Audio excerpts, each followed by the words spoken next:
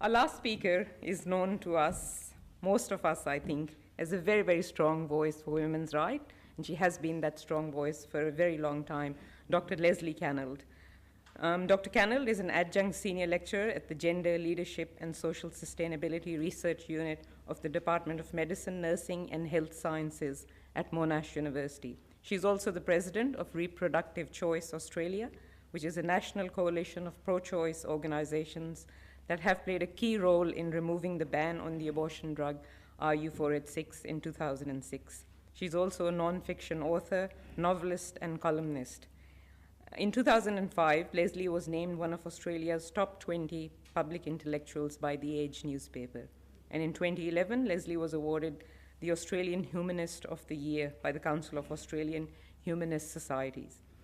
Recognized one of Australia's leading thinkers, feminists, and ethicists, Leslie has won much applause, and very well deservedly, for her work on gender discrimination and challenging the work-life balance. Welcome, Leslie.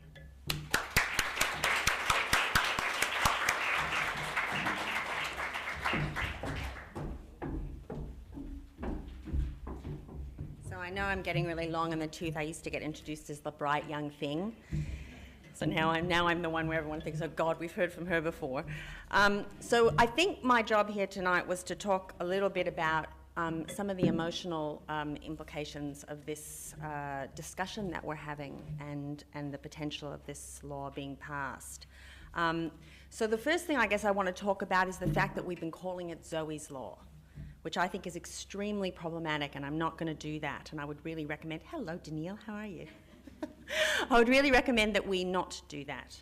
I think it's really set up to immediately prejudice the discussion and make it look as if we're uncompassionate. And I noticed that, Philippa straight away felt the need to say this is not because we're not concerned about women who have miscarriages or pregnancy loss. Of course, it has absolutely nothing to do with that. And it also disconnects us from a very, very large body of work, as it were, by people who are anti-choice, to construct fetal personhood laws, which I went back today to my first book, which is called The Abortion Myth, which is now itself very long in the tooth. It was published in the late 1990s here in Australia and in 2000 in the United States.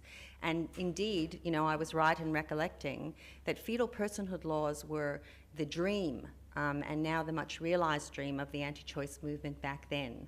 So it has always been the case that turning the fetus into a person in the way that we talk about the fetus and the way that we try to enshrine it in law has always been a very prime concern of people who do not want women to have reproductive choice. There has never been a pro-choice person who has ever sought to pass a fetal personhood law, and there never will be, because by definition, fetal personhood laws set the fetus in opposition to the woman in whose body the fetus is residing. So we need to stop calling it Zoe's Law, and so I'm going to start that right now. I'm not going to call it Zoe's Law. I'm going to call it a fetal personhood law. But I guess what I wanted to talk about was really about shame and about the way in which the conversation, and in part by calling it Zoe's Law, but in part just the larger conversation that ends up happening around this particular intervention. So what I would have liked to have done tonight is I would have liked to have come in here because I was invited to talk at a forum that was all about how we're going to decriminalise abortion in New South Wales. Here, that is what we should be talking about. It is a shame. It is a shame on all of the politicians in this place, and the politicians stretching all the way back, because as Julie has rightly pointed out, we have a law here in New South Wales which dates back even further than 100 years, because it was imported from an English law that has its own origins in the early 1800s. You women in this room are being governed, if you are at reproductive age, by a law that dates back to the early 1800s. It is an embarrassment. It is a shame. We should not be tolerating it. And instead, we are here fighting another kind of an intervention because they feel bold. And why should they not feel bold? We cannot remove from the criminal law a law that dates back to the 1800s, the early 1800s, from another country, for heaven's sake. So we really need to recognize, I think, and this is what's complex, I think, about abortion. As you can see, I'm not using my notes at all. I'm now just going off on a riff, which is a really important one. What's really complex about abortion is that it shouldn't be a public conversation. It's a private medical decision. And so every time it comes off of the front burner, we think to ourselves, right, we don't want to talk about this anymore because we shouldn't have to talk about this. But the reason we shouldn't have to talk about it is because it should be our right to choose it. And that's why we shouldn't need to talk about it anymore. Because we live in a state and we live in a country that is so accepting of women as being full human creatures, full citizens, moral agents. And it's true, in fact, around the world that the only place where they've stopped talking about abortion in a positive sense are places where women's rights are no longer being questioned. We no longer are having to defend the fact that we want to be treated equally, just like all male citizens, that we no longer have to defend the idea that we are patients like any other, even when we are pregnant. So we're really very much fighting for that kind of a world, and instead of having conversations where we are filling up, because silence is a vacuum. So the problem with silence is if you don't fill it with your story and with your desires and your horizons and visions for the kind of world you want to live in, and I expect everybody in this room are going to be the kind of people who want to live in a world in which we no longer are questioning whether women are full human citizens, full moral agents. We can't hope to achieve that by silence because we're not there yet.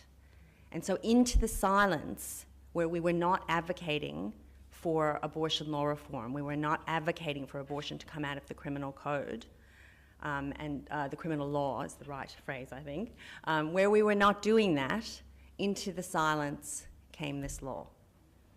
And so sadly, I think it is a lesson to us that unfortunately we cannot stop. We cannot do what is in our hearts to feel as if we shouldn't have to be talking about this. It shouldn't be a public issue.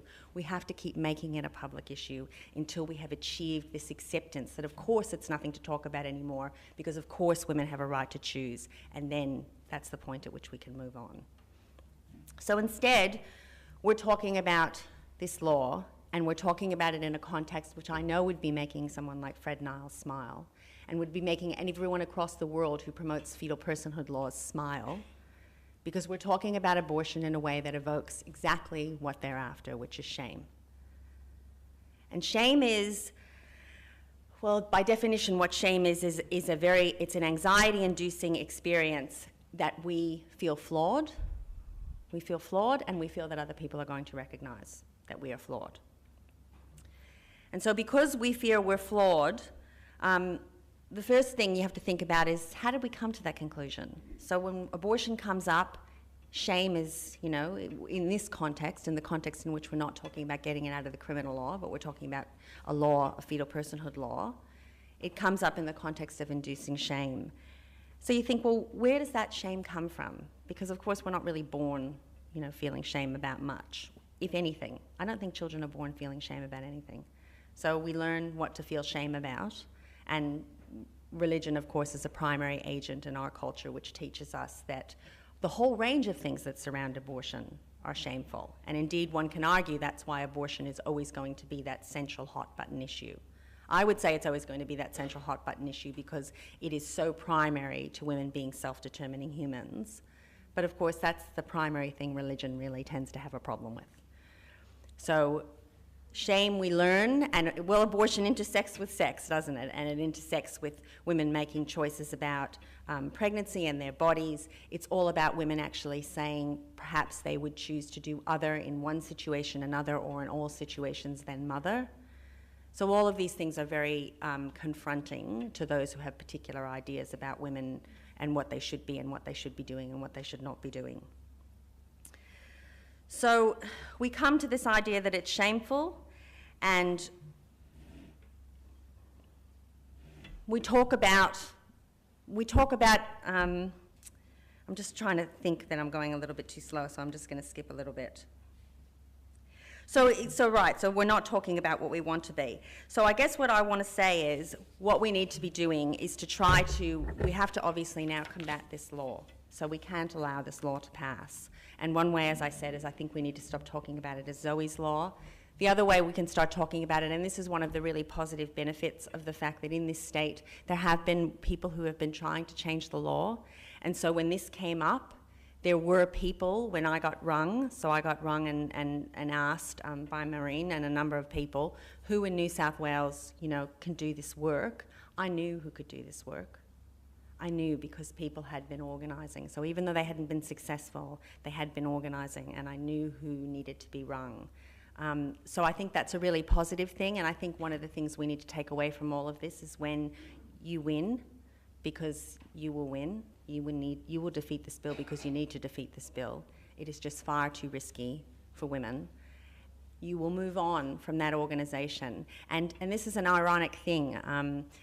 I noted it when we were able to achieve getting abortion out of the criminal code in Victoria. I got asked to sit for a movie in which we spoke about, you know, what we'd done and how we'd done it. I mean, I could have filled up this movie myself with about 4 hours, but it was only like a short 1 hour movie, so I didn't get to say much. But in it, I gave a very heartfelt thanks to Tony Abbott. And I remember I was sitting in the theatre when it was being screened, and there were a whole bunch of people who took a breath in. They went, oh my God, why is she saying that?